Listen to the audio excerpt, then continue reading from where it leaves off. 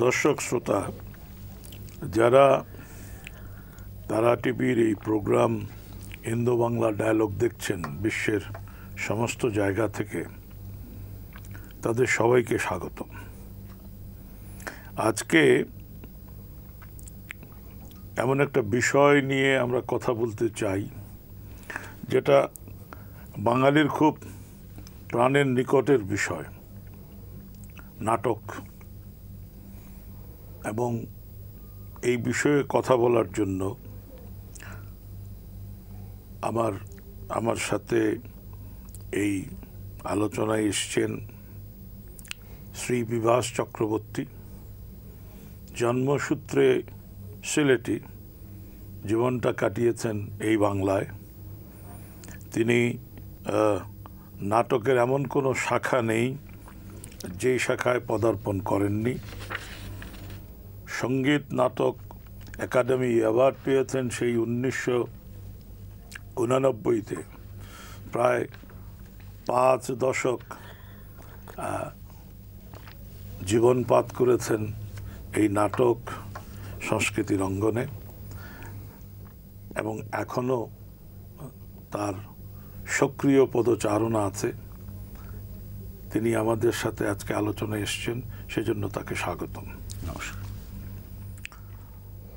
বাংলাদেশ থেকে এসছেন বাংলাদেশের বর্তমান নাটক টিভির প্রবাদ প্রতিম পুরুষ আসাদুজ্জামান নূর, বাংলাদেশের অত্যন্ত জনপ্রিয় মুখ, আবার একই সাথে রাজনীতিবিদ।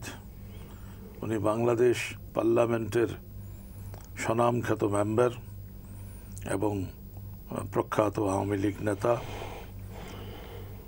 তাকে এই অনুষ্ঠানে আসার জন্য আপনাকেও স্বাগতম। ধন্যবাদ। আমি বিভাস দাকে দিয়েই শুরু করতে চাই। টিভি সিনেমা সিনেপ্লেক্সে জনগণকে যা অফার করছে, যা দিচ্ছে, সেটা নাটক যা দেয়, নাটক যে কথা বলে তার ধারে কাছেও নেই। এই জায়গা যদি আপনি একটু আলোকপাত করছেন, আমরা কি হারিয়ে যাচ্ছি? প্রতিবাদের এই সবচেয়ে বড় হাতিয়ারটা কি আমরা কার্যকর করতে পারছি না? এইখানে আমরা একটা ভুল করি যে ওরা কি সত্যি তাহলে টেলিভিশন কিংবা সিনেমা এসে কি আমাদের পিছু হটে দিয়েছে? আমরা যেখানে ছিলাম, আমার মনে হয় আমরা অন্তত পশ্চিমবঙ্গের কথা বলছি, ভারতবর্ষের কথা বলছি, সেখানেই আছি। হ্যাঁ, সাময়িক অনেকগুলো আঘাত আসে কিংবা ঢেউ আসে, সেগুলো তো একটু পিছিয়ে যায়, কিন্তু তারপরে থিয়েটারের নিজস্ব শক্তিতে আবার সে কিন্তু তার জায়গাটা ঠিকই করে নেয়। কারণ ওটা তো হচ্ছে কি জানেন তো, ওটা হচ্ছে কিছু মানুষের ব্যক্তিগত দায়বোধ ওই শিল্পটার প্রতি, তাদের ত্যাগ, তাদের স্বপ্ন, তাদের সৃজন প্রতিভা, ক্ষমতা, সে গিরিশবাবুর আমল থেকে ওই একই হয়ে এসছে। এইখানেই স্ট্রাগলটা চলছে। আসলে আপনি যে কথাটা বললেন যে প্রতিবাদ, নাটকের মধ্য দিয়ে সবসময় প্রতিবাদের কথাগুলো উঠে এসছে। এখন আপনি আপনার মধ্যে এই প্রশ্নটা জাগতেই পারে যে এই যে প্রতিবাদের কথা আমরা বলছি, তো আমরা কত মানুষের কাছে এই কথাগুলো পৌঁছতে পারছি? একটা রেডিওর মাধ্যমে, টেলিভিশনের মাধ্যমে আমি যেভাবে কোটি কোটি মানুষের কাছে যেতে পারি, আমি তো মঞ্চ নাটক নিয়ে সেই জায়গাটায় যেতে পারছি না। কিন্তু যে জায়গাটিতে কাজটা হয় সেটা হলো যে আমরা যাদের বলি ওপিনিয়ন লিডার্স, যারা এই দেশের জনগণকে পরিচালিত করে বা উদ্বুদ্ধ করে বা তাদের ভাবায়, তাদের দিক নির্দেশনা দেয়, সেই অংশটি কিন্তু মঞ্চ নাটক দেখতে আসেন। অর্থাৎ আমি মনে করি এটি পশ্চিমবঙ্গের ক্ষেত্রেও সত্য এবং বাংলাদেশের ক্ষেত্রে তো বটেই।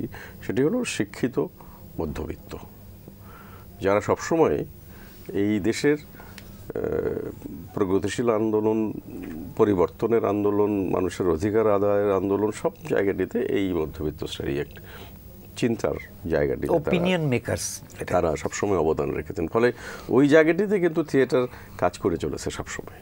আমার প্রশ্নটা হলো দুজনের কাছেই,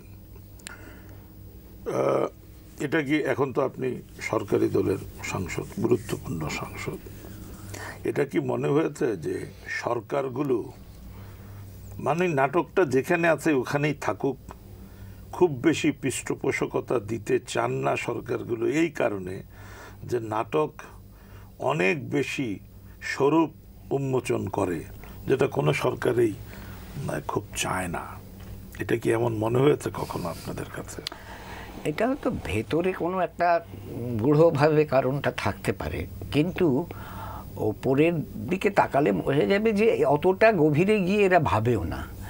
এরা ঠিক আছে, থিয়েটার আছে, করছে, পিচ চাপড়ে দিল, বাহ নূর ভালো থিয়েটার করো, তোমার দেখলাম সেই দিনকে ওই নাটকটা খুব ভালো, আপনার এটা দেখলাম বিভাস দা খুব ভালো লাগলো, খুব এই পর্যন্ত লেভেলে থাকতে, কারণ জানে যে ওই যেটা বললো প্রথমেই যে নাটকের ওই ভূমিকা নেই। নাটকের যদি একটা সত্যি নির্ণায়ক ভূমিকা থাকতো কোনো কিছুতে, দেশের অবস্থা পাল্টানো, ব্যবস্থা পাল্টানোর ক্ষেত্রে, তাহলে কিন্তু সেই নজরটা দিত থিয়েটারের প্রতি। ওরা জানে যে ওটা একটা মার্জিনালাইজড আর্ট ফর্ম। এটার পেছনে অকারণ, যেটার কোনো আমার নেই, রিটার্ন নেই, সেটার পেছনে অকারণ অত কিছু করে কী হবে। তবে হ্যাঁ, পশ্চিমবঙ্গের জেলায় মহকুমায় কত ছেলে মেয়ে এটার পেছনে সময় দিচ্ছে, শ্রম দিচ্ছে, শক্তি দিচ্ছে, কিন্তু সেই তুলনায় কিন্তু কোনো একটা পথ তৈরি হয়নি যেখান থেকে কিন্তু থিয়েটারটা একটা বড় জায়গায় যেতে পারে। তার জন্য অন্য কিছু দরকার ছিল, সেটা হয়ে যায়নি, সূচনালগ্নে হয়নি। যেটা বলে কেন হয়নি, ওই বুর্জোয়া যারা ব্যবসায় বিনিয়োগ করেছে তারা থিয়েটারটাকে বাদ দিয়ে রেখেছিল, তারা অন্য জায়গায় করেছে এবং অন্য জায়গা থেকে তারা মানে ফল প্রত্যাশী এবং পাচ্ছেও, তাই বলে বিনিয়োগ করছে আবার, কিন্তু থিয়েটার থেকে কখনো করেনি। এই যেমন আমাদের দেশে চিত্রটা আমি একটু ভিন্ন বলে আমি মনে করি। সেটি হলো যে বাংলাদেশে যে সমস্যাটা হয়েছে বিভাসদা, সেটি হলো যে আমরা স্বাধীনতার আগে আমাদের লক্ষ্য, আদর্শ বা আমরা কোথায় পৌঁছতে চাই এটি নিয়ে আমাদের মধ্যে কোনো রকম সংশয় ছিল না। গোটা জাতি ঐক্যবদ্ধ হয়ে আমরা একটা লড়াই করেছি, একটা মুক্তিযুদ্ধ করেছি, আমরা দেশটা স্বাধীন করেছি।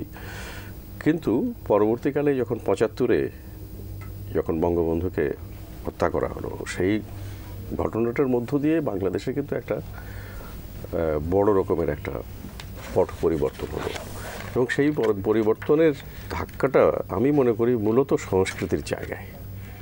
কারণ বাংলাদেশের জন্ম তো সংস্কৃতি চিন্তা থেকেই, ভাবনা থেকেই, যে ধর্ম দিয়ে একটা জাতিকে বেঁধে রাখা যায় না। আমরা বাঙালি, আমাদের নিজস্ব সংস্কৃতি আছে, ইতিহাস আছে, ঐতিহ্য আছে, আমরা সেটা নিয়েই পৃথিবীর সামনে দাঁড়াতে চাই, পরিচিত হতে চাই। এটা নিয়েই লড়াইটা হয়েছিল। পরবর্তীকালে যে শক্তিটা ৭৫-এর পরে এলো, সেই শক্তিটা কিন্তু একদম এর বিপরীত ধারার শক্তি, এবং সেই শক্তিটা দীর্ঘদিন যেভাবেই হোক না কেন তারা ক্ষমতাটা দখল করে ছিল, এবং এই শক্তিটা যখনই ক্ষমতায় থাকে তখনই কিন্তু বাঙালি সংস্কৃতির চর্চাটা আমাদের দেশে এটা বিঘ্নিত হয়, এটার উপরে আঘাত আসে, এটাকে নানানভাবে এর চর্চাটাকে মন্থর করে দেওয়া হয়, এই ঘটনাগুলো ঘটে। আবার মুক্তিযুদ্ধের পক্ষের যে শক্তিগুলো তারা যখন ক্ষমতায় আসে তখন কিন্তু আবার চিত্রটা বদলে যায়। যেমন আমাদের যে এই বর্তমান যে সরকার, এই সরকারে এই দল যখন এর আগের বার ক্ষমতায় ছিল, তখন তুমি ভাবো যে অভিনয় নিয়ন্ত্রণ আইন সেই 1876 সালে সেটি বাংলাদেশে বলবৎ ছিল, এবং সেটি 96-এর পরে মানে বর্তমান প্রধানমন্ত্রীর আগের টার্মে উনি এসে এটিকে বাতিল করলেন। এবং এবার এই যে আমাদের শিল্পকলা একাডেমি, যেটি তুমি দেখেছো সেখানে গিয়ে, এই শিল্পকলা একাডেমির যে মঞ্চগুলো, এটিও তাঁর আমলেই তৈরি।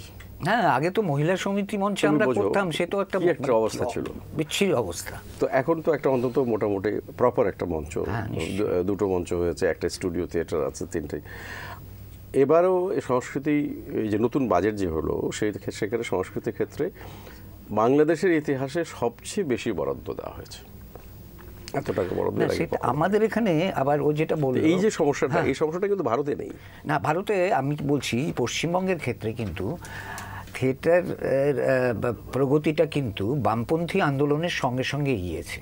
সুতরাং আমাদের এখানে ওদের যেন স্বাধীনতা আন্দোলন উপলক্ষে আমাদের কিন্তু সেই বামপন্থী আন্দোলন থেকে, অর্থাৎ যখন বিশ্বে শান্তি আন্দোলন তৈরি হয়েছে দ্বিতীয় বিশ্বযুদ্ধ শেষের দিকে, এবং তখন যে শিল্প সংস্কৃতির ক্ষেত্রে যে সারা বিশ্বব্যাপী যে আন্দোলনটা হয় তার সঙ্গে সামিল হতে পেরেছে আমাদের এই নাট্য আন্দোলন কিংবা আমাদের সাংস্কৃতিক আন্দোলন। তা আমাদের চেহারাটা কিন্তু একটু ভিন্ন, যার জন্যে বামপন্থী সরকারও কিন্তু চেষ্টা করেছে কিছু কিছু কিছু কিছু কাজ করার। সেগুলো সবই কি বলবো, পিস মিল, আধা খাঁচড়া ব্যাপারগুলোর মধ্যে কোনো স্থায়িত্বের কোনো কিংবা দীর্ঘস্থায়ী কোনো পরিকল্পনা কিংবা দৃষ্টিভঙ্গির পরিচয় পাওয়া যায়নি, কিন্তু কিছু কিছু ব্যাপারে তো সাহায্য করেছে, বিষয়ে কোনো সন্দেহ নেই। এবং যার জন্যে আমাদের নাট্য আন্দোলনটা মূলত কিন্তু বলা চলে যে বামপন্থা অভিমুখী মোটামুটি। যার জন্য ওই ব্যাপারটা কিন্তু আমাদের এখানে বাংলাদেশের অনেক আগেই, এটা কিন্তু পট পরিবর্তনের সঙ্গে সঙ্গে পাল্টেছে তা নয়, কিন্তু এটা চলছে এবং আমার মনে হয় তো এই ধারাবাহিকতাটা চলবে। কিন্তু হ্যাঁ, এখন অনেক বেশি মুক্ত দৃষ্টি নিয়ে সব কিছু দেখার, বিচার করার সময় এসেছে। শুধুমাত্র একটা বামপন্থী স্ট্যাম্প লাগিয়ে দিলেই কেউ আমার আনুগত্য আদায় করতে পারে না, তাকে কাজে কর্মে এবং সব কিছু দিয়ে দেখাতে হবে যে সে সত্যি তাই। শ্রোতা দর্শকবৃন্দ, আমরা একটা ছোট্ট বিরতি নেব। বিরতির পর আবার ফিরে আসবো এই চমৎকার আলোচনায়। আমাদের সাথেই থাকুন।